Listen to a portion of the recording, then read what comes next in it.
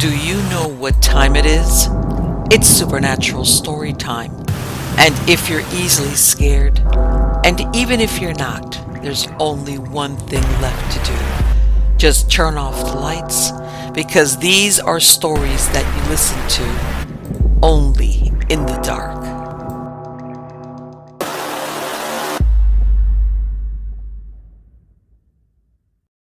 Peculiar Stories, Volume 3, Story Number 1.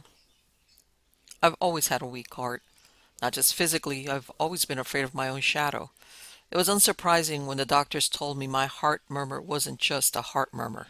A year of tests, a year of therapy, constant trips to the hospital, and I was finally told that it had all been for nothing.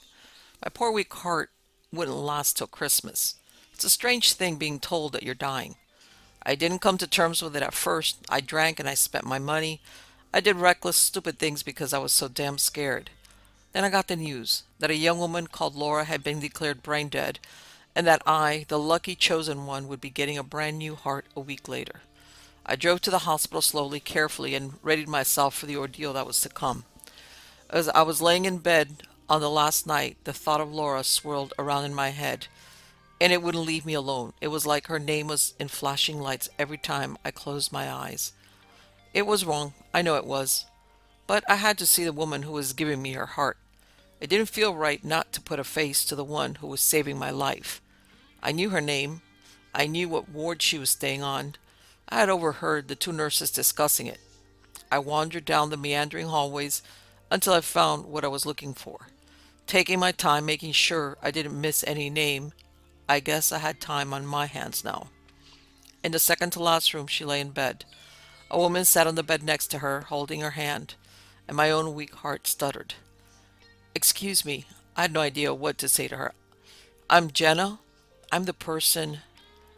I'm having surgery tomorrow," and what I assumed was Laura's mother stood up, and I could tell from the look in her eyes that she knew who I was. "Thank you for visiting. I know it's strange, but a part of her is going to be living on in you. I wanted to meet you." I stood there helpless and lost for words. Laura's mother beckoned me over. "Please," she said, "don't feel uncomfortable. It's what she would have wanted." I sat on the chair next to Laura. "How did she—" I broke off. It was too awful to ask. Laura's mother gave me a thin smile. She was a care worker.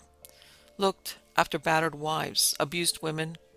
Last month she met a guy and, well, I suppose years of training can't help you when you're in love. She ignored the warning signs, and he killed her. She dedicated her life to those who needed her. Laura's mother looked down. I don't know why I did it, but I reached over and held Laura's hand. I squeezed it. "I'm so sorry. I had a boyfriend once who... he was killed like that, too. Someone like Laura convinced me to leave." Laura's mother gave me another half smile. I could see the tears in her eyes. Then Laura squeezed my hand. Tightly, she gripped me so hard that her fingernails dug into my skin. I recoiled, the look of horror on my face. Laura's mother looked at me calmly. "She squeezes my hand sometimes as well. I think the doctors call it muscle spasms. Either way, there's none of Laura left in there anymore." I looked at the small crescent moons that had just started to bleed on the palm of my hands. The surgery went perfectly. I was wheeled to the recovery suite after it was over and done with, the raised wound on my chest covered by gauze. It was better if I didn't see it, I thought. I didn't need any more heart issues. I spent the first day doped up on the pain medication, eating only a little and sitting up maybe 2 times. It was a long process, they reassured me. Laura's mother came to visit me the day before I was due to leave. Her calm demeanor hadn't wavered, but I could see that she was suffering. She looked 10 years older, and her hands shook when she gave me a hug. "When are you going home?" "Tomorrow," I told her. "Please, come visit whenever you want." I started to jot down my address for her when, out of the corner of my eye, a flash of blonde disappeared through the doorway. The same brilliant blonde as Laura's hair. "Ow!" I cried out suddenly. It felt like someone had sharply squeezed my hand so hard it had almost crushed the bones. Laura's mother rushed to my side, a look of concern in her eyes. "What's wrong? Is it your heart?" She stumbled over the last words, coming to terms with what she had said. I tried to reassure her and said I'd let the doctors know, and she left with a look of worry on her face. When I looked down, a new set of crescent fingernail marks were below the ones that Laura's had made. 10 identical bleeding smiles. The taxi ride home was short. Before I knew it, I was back in my own flat. It felt strange to try and slot back into where I had left off.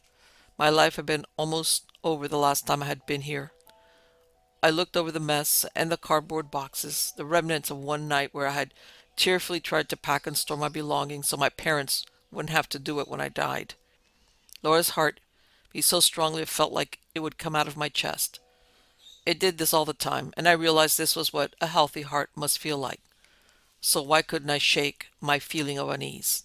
That night I had a dream. Laura was in her hospital bed, but her mother was gone.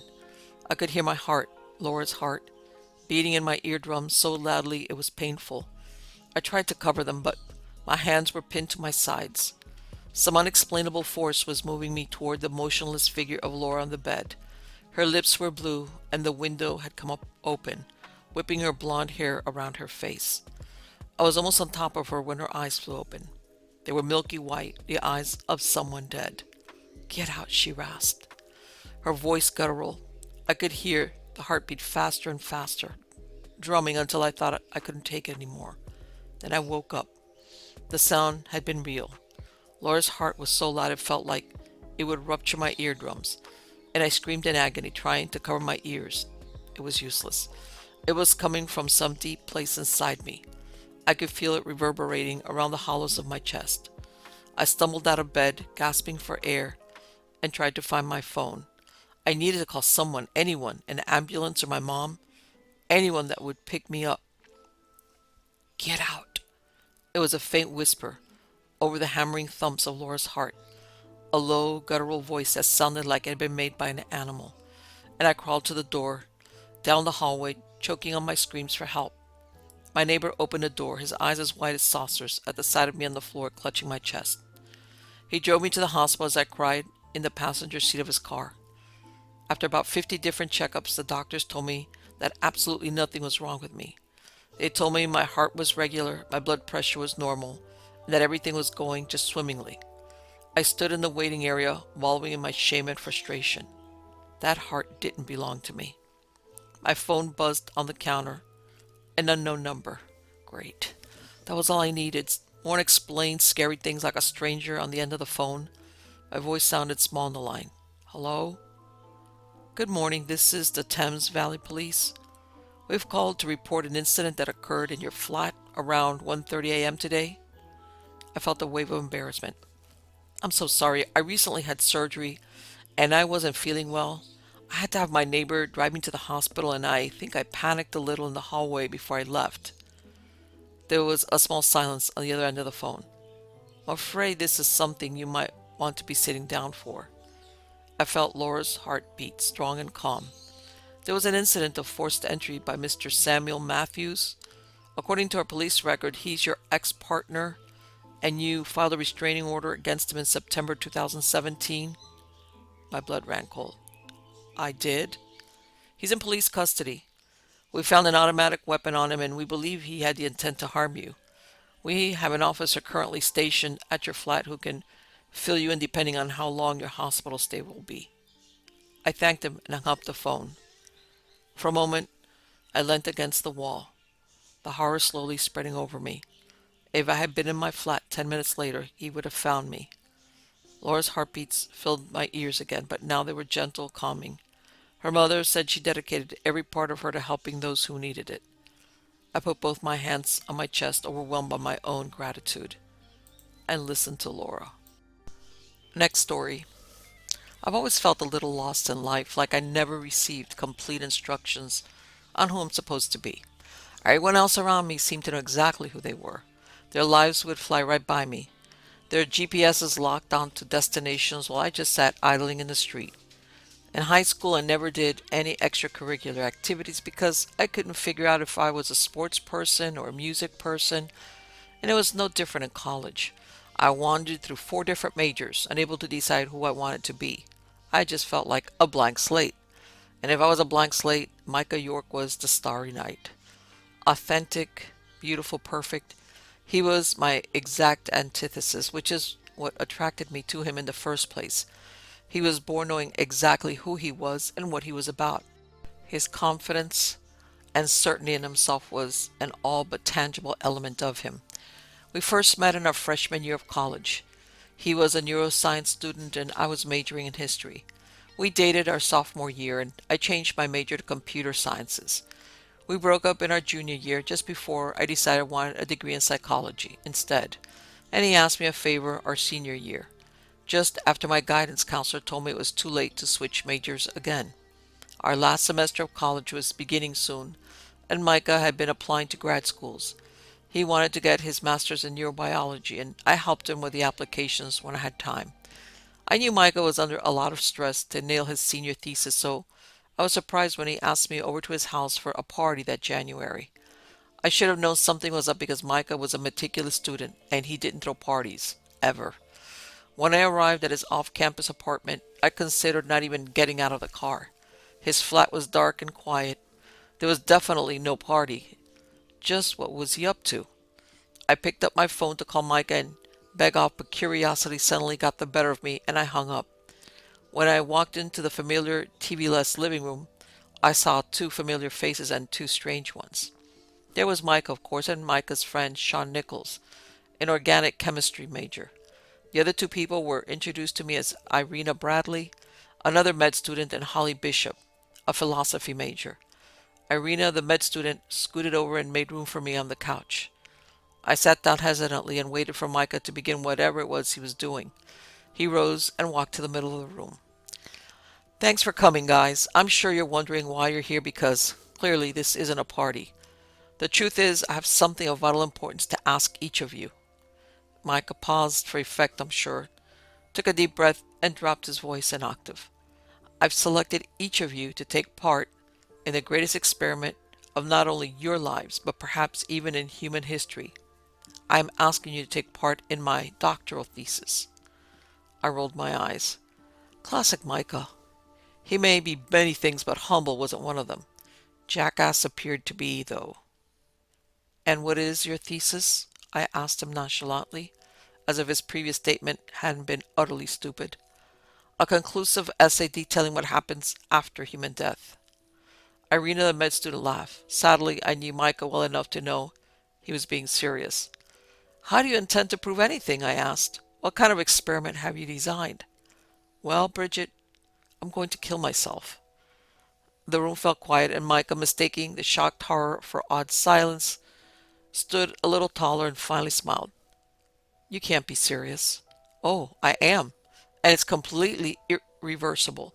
I'm going to be the first person in the world to prove or disprove the existence of an afterlife. We? Demanded Sean. Yes, we. This paper is going to be our ticket into any university in the world. Wars have been waged for centuries over deities and religions, and we are going to prove what is scientifically correct beyond a shadow of a doubt. You're an idiot, I sighed and rose from the couch to leave. Irina followed me, but Micah beat us to the door. Bridget, wait. At least hear all of it before you walk away, please. I narrowed my eyes at him and shook my head. I want no part in killing anyone, even you. I'd like to hear how it works. Holly, the philosophy major, coolly cut in from her spot on the couch. Actually, it's something I developed, Sean said. A cocktail of biological and non-biological chemicals. It's been tested and it's safe. Tested? Irina asked in horror. On whom? On local wildlife. So never on a person, I said. Not yet, but it is safe, Sean said quickly. So then how does it work? Irina asked. She took a step back toward the couch, and that's when I knew they had her. Micah gestured to Sean. I've developed a poison and a biologic. I call them the Romeo and Juliet serums. Juliet is a poison that kills the body. Romeo is a biologic, or antidote, for lack of a better word, that revives it. Clinical death will only take place for 30 seconds. Micah cut in. No brain damage, no organ damage. Yes, it truly is perfectly safe.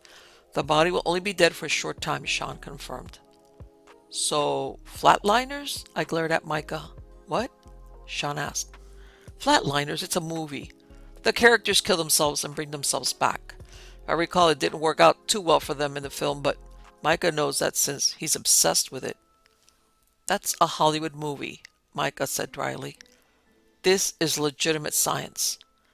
No, you're Kiefer Sutherland, I pointed at him. He's Kevin Bacon, I pointed at Sean, and I'm Julia effing Roberts. No, Micah said hotly. Actually, she's Julia effing Roberts. He pointed to Holly. So, am I Oliver Platt then? Asked Irina. No one is Oliver Platt, Micah yelled. Well, if we get to choose, I'd rather be Oliver Platt than Kevin Bacon, Sean interrupted. Sean, you're effing Kevin Bacon, Micah spat.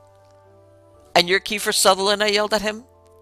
This isn't Flatliners, I sighed. So, I'm not going under? No, Micah looked exasperated. Then why am I here? Micah combed his hand through his dark brown hair. Jesus, I've been trying to get to that. Am I going under? Irina asked. No, just me, Sean, and Holly. And you think she's going to agree to that? Actually, Holly interrupted, rising from the couch. I already have. Why? I gaped at her. Because I want to know. I need to know why I'm here. Why any of us are here. I want to know what the soul is and where it goes. I want to hold the keys to human existence. Love and suffering, life and death. I want to understand our purpose. And I'm getting paid, and it's perfect for my dissertation. That's another thing, Micah said quickly. Everyone will get paid. How much? Irina narrowed her eyes at him. $500 each. I groaned. $500 was pretty much how short I was on tuition for this semester, and Micah knew that. What an ass. The Romeo and Juliet serums are safe. They've been tried and tested, and they will work. Sean and I have rented a house on Emerald Street to conduct the experiment. All I'm asking is for you to show up, Bridget. Just show up next Saturday. And what about me? Asked Irina. Irina, I need you to administer the serums and monitor vital signs. Look, guys, this whole thing will take less than a minute, and then you guys can walk away with your $500 and a credit on my thesis. And what makes your evidence, which is pretty much just your testimony, conclusive? I asked. The serum Sean developed will be available to anyone and everyone, and they can repeat my experiment at their leisure. But I don't think that. Please, Bridget, just show up on Saturday. There wasn't one facet of this little science experiment that didn't make me profoundly uncomfortable. But the way Micah looked at me, the tension in the room, the $500. I'm not asked, Bridget. I'm begging. Micah grabbed my hand and squeezed. I'll think about it. I wasn't really surprised to find myself at the house on Emerald Street the following Saturday. I debated it all week, but in the end, all other factors notwithstanding, I was curious. Micah was brilliant, top 1% of his class, several published papers. What if he was right? What if he did see something? People have near-death experiences every day and came back with stories. Micah was going deeper into death than anyone else had ever come back from before, and he was doing it in a controlled environment, using an experiment that could be easily duplicated. I mean, who knows? Micah greeted me at the door with a smile that said he knew I'd come and walked me to the large, barren living room. It sported tan walls, hardwood floors, lots of hospital equipment, and 3 cheap-looking twin beds. Sean and Holly were already laying on 2 of the beds, with nervous smiles on their faces and ivies in their arms. Irina was bustling around checking equipment and looking incredibly stressed.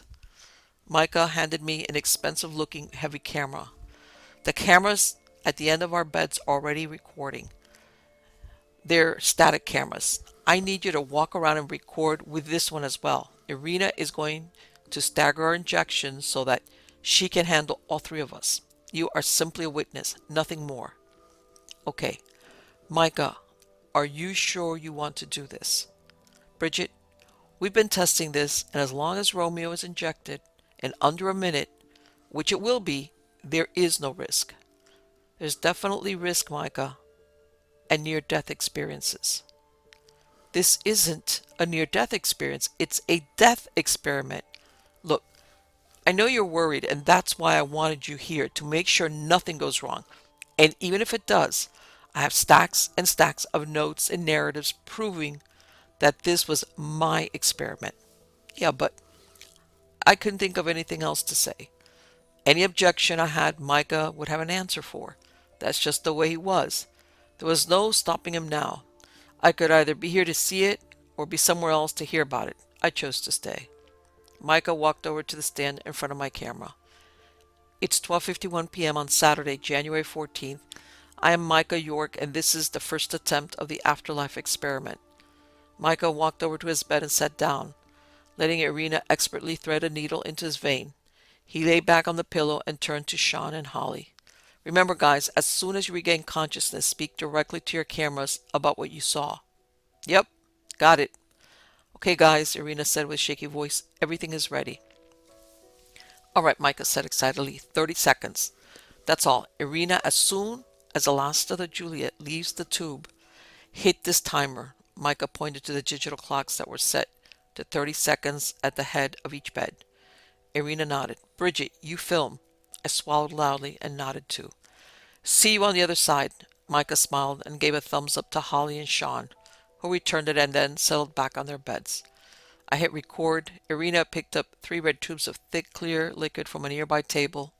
Steadying her hand, she slowly injected the first tube into Micah's IV and then hit the timer above him. At the exact moment she did, Micah's heart rate monitor flatlined. I jumped at the high-pitched squeal and tried to steady the camera. Irina hurriedly moved over to Sean and did the same for him and then Holly. Now all 3 EKG machines were loudly flatlining. Irina put her hands over her ears for a minute and then pointed to a different monitor. Get this, Bridget. Record this. It was Micah's EEG and there was 0 active brainwaves. Get Holly and Sean's too. I could suddenly taste a bitter metal in my mouth, and I knew I was beginning to panic. This had been a bad idea. A very bad idea. By the time I looked back over to Micah's timer, there was 8 seconds left on it. Irina had already loaded up a green tube, the Romeo biologic, to Micah's IV and was just waiting to push it. The chorus of all 3 EKG machines, wildly sounding their alarms, was deafening. It was screaming at us, do something, do something. Why are you just standing there? Save them. Just when I couldn't stand it anymore, a different alarm buzzed, and Irina injected the Romeo into Micah's arm. I didn't breathe at all as I waited for Micah's vital monitors to show life. It took less than 5 seconds for the EKG machine to register a spike, and then another. Micah's EEG machine suddenly flared to life as well. I exhaled. Irina had just stepped over to Sean when Micah suddenly shot up in bed, eyes wide, and opened his mouth. I was so excited and curious that I almost forgot to hold the camera up. I couldn't wait to hear what he had to say. But Micah didn't say anything. He just screamed. The surprise and force of it made me stumble back into a wall. It was the most blood-curdling scream I had ever heard. And then Sean started screaming too. Micah took no notice of him and threw himself off the bed to the floor, slamming his head on the wood over and over again. Sean had also jumped out of bed and run over to the wall to stand just 2 inches from it, screaming at it, as if he didn't know the wall was there. My shock quickly gave way to panic. Micah's head was already bloody and the sound it made against the hard oak was sickening. Irina, help me! Irina, who hadn't moved since Sean had knocked her out of the way, stared at me with wide eyes.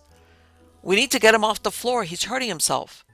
She opened her palm and looked down at the last tube of Romeo biologic, as if she'd never seen it before. You didn't give that to her yet? Give that to Holly, now! My voice was high and wild. I was holding Micah in my arms while he continued to hit his head against the air as if the floor was still there. And the screaming, oh God, the screaming. Both Micah and Sean were splitting my ears open. The horror on Micah's face as he beat his head harmlessly against the air, mouth open in a wide O, and the sharp, agonizing terror coming out of Sean was enough to make my eyes well up in fear. What had happened? What had they seen? The camera, long forgotten, lay discarded under Micah's bed, where his flailing legs had kicked it. Irina was doing frantic chest compressions on Holly, tears streaming from her eyes, but I knew it was too late. Holly was lost. Irina, call 911. She didn't stop working on Holly, just continued on like she hadn't heard me. And perhaps she hadn't. The screaming. I let go of Micah just for a moment to grab my phone, and he was up and running. He hit the front door and smashed his forehead against the glass. Micah, stop! If Sean noticed us near him, he didn't show it. He just continued that piercing, horrible scream. Emergency services couldn't hear me on the phone, but they had someone at the house within 5 minutes. A very, very long 5 minutes. Irina gave up on Holly at some point and just paced around the room mumbling, I don't understand. I did it right. I don't understand. They took Sean, Holly, and Micah away in an ambulance, and they took me and Irina to the police station. They watched the videos. I never graduated, but at least I didn't go to prison like Irina.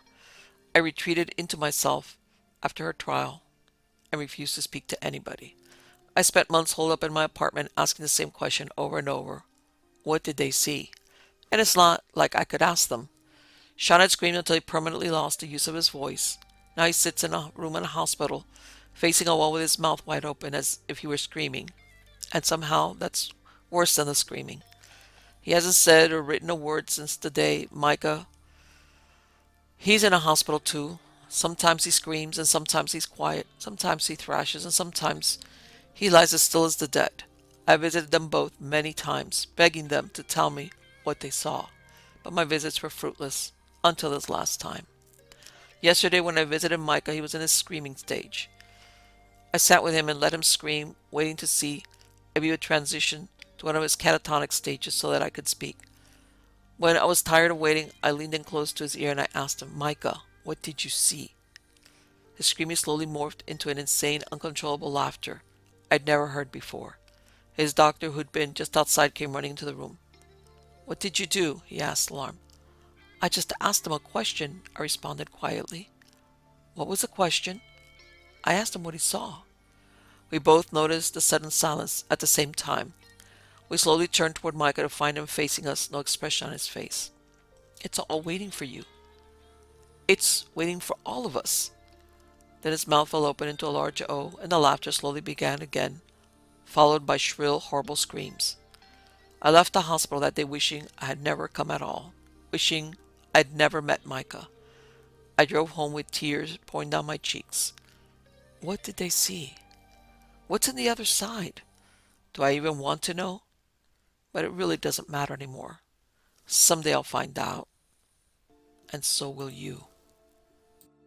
Next story. I've always been on the heavy side. Not obese, mind you, but definitely not slim either. I blame it on slow metabolism and my love of cooking. My dream is to become a professional chef, and my specialties are anything heavy with carbohydrates or sugar. Of course, being chubby definitely has its downside. In a society where women are expected to be thin, I've gotten endless snide remarks from classmates, teachers, salespeople at clothing stores, and even strangers on the street. Most of the time I just fire back with an equally scathing insult, or simply give them my meanest glare and walk away. Sometimes, however, when someone goes the extra mile to be extra cruel, I'll bring out the big guns. Donald learned that the hard way. My single father met her when I was 14 and they quickly fell in love. Donna was divorced and had two sons, Wyatt and Milo, aged 12 and 13, respectively. The boys were both pretty good kids, and I considered that a small miracle given the woman who had brought them into the world. Donna was a massive bitch. Shrewish, entitled, and superficial, with a stick up her ass the size of Australia. She made my life unbearable. Her whiny voice gave me massive headaches, and it bothered me how overbearing she was to her children. But most of all, I hated her comments about my weight. It seemed Donna hated fat people.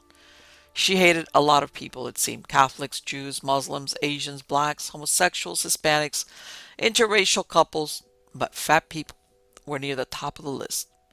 Never once did Donna pass up a chance to berate or belittle me for my size. I think you should get rid of those jeans, she would say. They only accentuate your thick thighs. Or, are those chips you're eating? Jesus, Katie, you're already fat enough. Why don't you try a salad for a change? Or, oh, Katie, you'd be so beautiful if you could just lose a few pounds. Or, good God, girl, your stomach is bigger than your breast. What a disgrace. You get the idea. Donna was smart enough to avoid insulting me in front of Dad, but every now and then she would slip up. When that happened, Dad would tell her to back off, but leave it at that. He was a passive guy, the kind who preferred not to make waves. Donna knew this, and it gave her the idea that she could get away with anything. Naturally, the constant mockery did quite the number on my self-esteem. Before I had generally been accepting of my body, flaws and all. Now whenever I looked in the mirror, all I saw was a fat, ugly girl. I saw someone weak, someone who lacked self-control, and had let herself become so unsightly. I hated Donna. With her svelte frame and totally flat stomach, I knew I shouldn't let her get to me, but when you're a teenage girl, all it takes is one person to destroy your self-esteem. A year passed. I turned 15 and Dad proposed to Donna. I met a boy named Eric and we started dating. In spite of my weight, I've never had trouble attracting boys. I guess I'm lucky. I have a pretty face. Anyway, after we'd been together for about 2 weeks, I brought Eric home to meet my family. Dad and Donna were both there, as well as Wyatt and Milo. I made spaghetti bolognese, Caesar salad, and tiramisu for dessert. Donna greeted Eric politely and the dinner was delicious. It wasn't until I served the tiramisu that things went sour.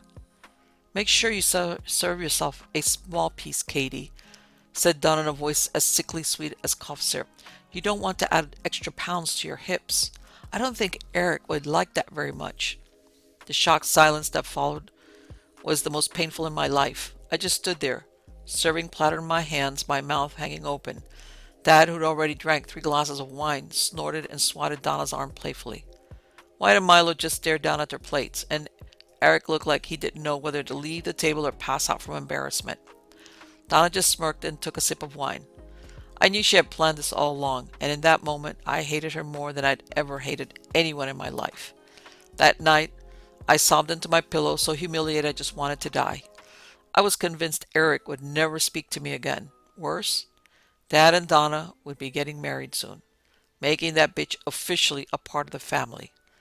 I couldn't let Donna get away with this. I had to do something. I had to return the humiliation, the cruelty tenfold, so that Donna would never make fun of my weight again. By the time the sun rose, chasing away the shadows and lighting up the sky with brilliant shades of red and pink, I had come to a decision. I knew what I had to do. It couldn't happen right away, of course. I had to wait a few months, until Dad and Donna got married. They had chosen Mexico as their honeymoon destination. Donna may have looked down on the country's people, but the thought of spending 2 weeks in paradise was appealing to her nonetheless. "Make sure you take care of the house," Donna told me before she and Dad left.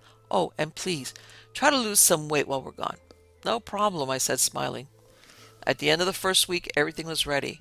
The pills I had ordered off the black market had arrived and were safely hidden away in the pockets of an old coat I never wore. Now, all I had to do was wait. On the day Dad and Donna were due to fly back to Canada, I baked cookies, chocolate chip for Dad, oatmeal raisin for Donna. I dropped 4 little white pills into the oatmeal raisin batter, then presented the cookies to my parents when they got home. Donna, freshly tanned with golden highlights in her long brown hair, pursed her lips disapprovingly. "I see you haven't lost weight." I shrugged it off and handed her a cookie. "It's a new recipe," I said. "I want you to test it." She took a bite and smiled. "Well, these are very good, Katie. Still, that doesn't excuse your lack of self-control." Now, said Dad. I wish he'd say, "Don't you dare talk to my daughter like that, you bitch." But I knew he wouldn't. He loved Donna too much. It wasn't long before Donna began to lose weight. At first it wasn't even noticeable. But since Donna was already very slender, there were only so many pounds she could shed before it became obvious. She was also having stomach cramps, and her mystery illness had her so preoccupied that she forgot to make fun of my weight. I would slip the pills into her food whenever I had a chance. I had in total 200 of those little white capsules, but I didn't intend to use all of them. My goal wasn't to kill Donna. After all, I just wanted her to teach her a lesson. After a month, Donna had become a shriveled husk of a woman. Eyes that had retreated an inch into their sockets, cheekbones that bulged against the skin, xylophone of protruding ribs, twig-like arms and legs. She was in constant pain and had made an appointment with a gastroenterologist.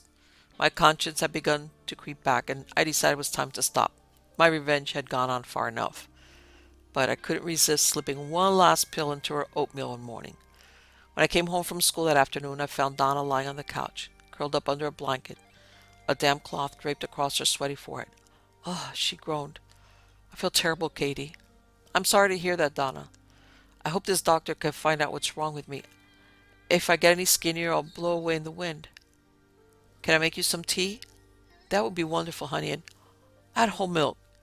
She gave a strange smile. Maybe I should start eating like you. It might help me gain some weight. I waited until she rolled over before flipping her off and heading into the kitchen.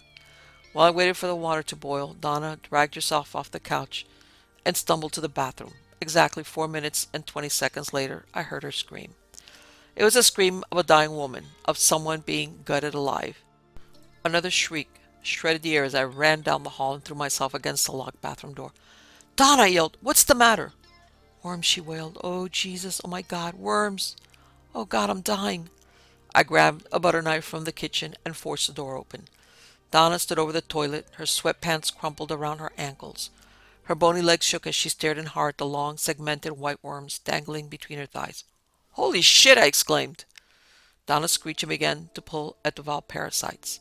A couple of them split in two, and the severed halves hit the tile floor with a grotesque splat. Poor Donna was practically hyperventilating by this point. She shoved past me and headed for the phone.